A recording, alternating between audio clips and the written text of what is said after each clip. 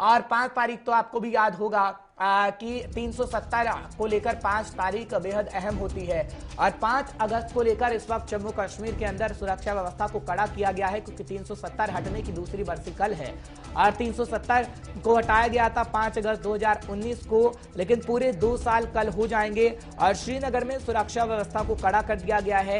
ये जानकारी इस वक्त हम आप तक पहुंचा रहे हैं, लेकिन बीजेपी की तरफ से लगातार दावा ठोका जा रहा है कि जब से 370 हटा है तब से जम्मू कश्मीर में विकास धीरे धीरे बढ़ने लगा है, पत्थरबाजी की घटनाएं कम हो गई हैं, जम्मू कश्मीर में हालात धीरे धीरे सुधरने लगे हैं, ये बीजेपी दावा कर रही है। और केंद्र शासित प्रदेश जब से जम्मू कश्मीर को बनाया है तो ये कहा जा रहा है कि सब ठीक ठाक है। अभिजीत जसरोटिया इस वक्त हमारे साथ जुड़ रहे हैं, बीजेपी नेता हैं, तमाम जानकारी उनसे लेने की पूरी कोशिश करते हैं। अभिजीत साहब बहुत बहुत शुक्रिया हमारे साथ 5 के पंच में जुड़ने के लिए। अभिजीत साहब, क्या वाकई 370 जब से हटा है जम्मू कश्मीर में सब ठीक ठाक हो गया है? क्या युवाओं को रोजगार मिल रहा है? क्या सड़कें बन गई हैं? बात करें पक्के घर की, वो जनता को मिलने लगे हैं? क्योंकि जनता तो अभी भी शिकायत कर रही है साहब, लेकिन आप बीजेपी के नेता हैं तो आप बखूबी पहले बता पाएंगे कि कितना विकास जम्मू कश्मीर में आप कर चुके हैं, क्योंकि केंद्र में इस वक्त बीजेपी की सरकार है। जी देखें, ऐसा है कि 5 अगस्त 2019 के उस ऐतिहासिक दिन के बाद जम्मू कश्मीर में जो है वो एक नया तरह से जो है डेवलपमेंट का एक नया दौर शुरू हुआ है, ये हम सब जानते हैं। इसके तो सबसे बड़ी चीज ये है कि जहां पर लोगों के मन में एक खौफ बनाया गया था कि पता नहीं अगर 370 और 35 से टूटेगा तो यहाँ पर कौन सा आंधी और कौन सा तूफान आ जाएगा, वैसा कुछ नहीं हुआ। उल्टा ये जरूर हो गया कि यहाँ पर अब अकाउंटेबिलिटी हर एक चीज की शुरू हो चुकी है, हर टाइप की एजेंसीज अपना पूरी तरह से काम कर सकती हैं। जो कोई भी किसी लोगों ने 370 की आड़ में इस देश के साथ गद्दारी करने की कोशिश की थी, उन सबको आड़े हाथों लिया जा रहा है। दूसरी बात, अगर आप देखें तो 5 अगस्त 2019 के बाद अगर आप आंकड़ा उठा के देखते हैं तो number of stone fighting incident 83% down.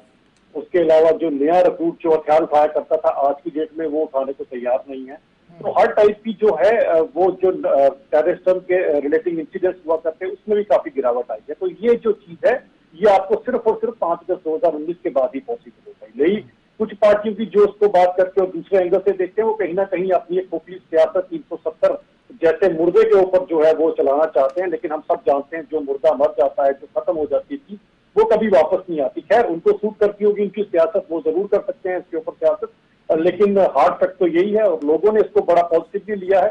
जो हर चीज आपने एम्प्लॉयमेंट की बात की, पूरी दुनिया पिछले 2 सालों से कोरोना से जूझ रही है।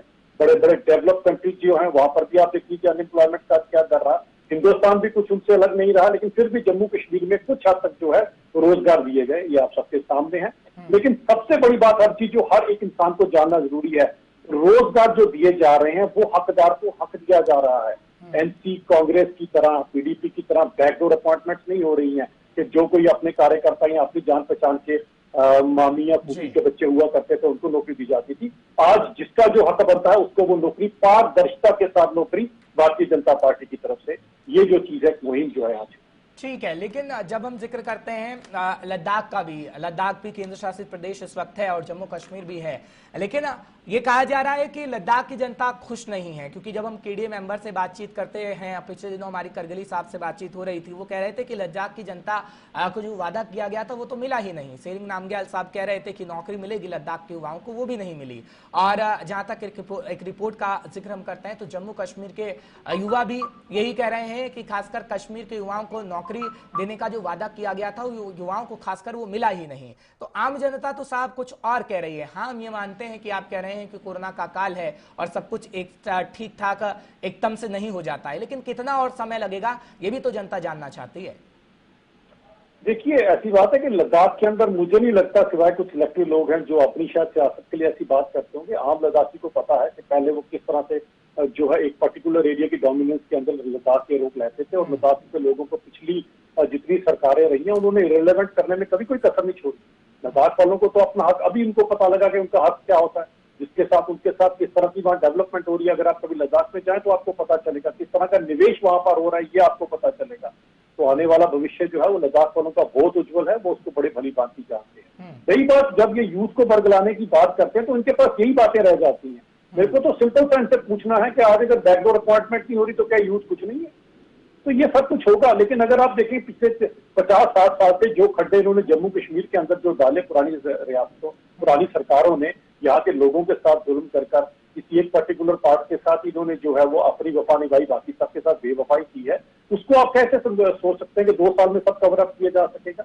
लेकिन हम लोग सही दिशा में हैं, ये हमें पता है, क्योंकि भारतीय जनता पार्टी का मूल मंत्र है सबका साथ, सबका विकास और सबका विश्वास। हम इनकी तरह सिर्फ एक आंख से दिखने वाले नहीं है, हमारे लिए जम्मू और कश्मीर हमारी 2 आंखों की तरह है, दोनों एरियाज के साथ बराबर का इंसाफ हो। ठीक है अभिजीत साहब, बहुत बहुत शुक्रिया हमारे साथ आने के लिए।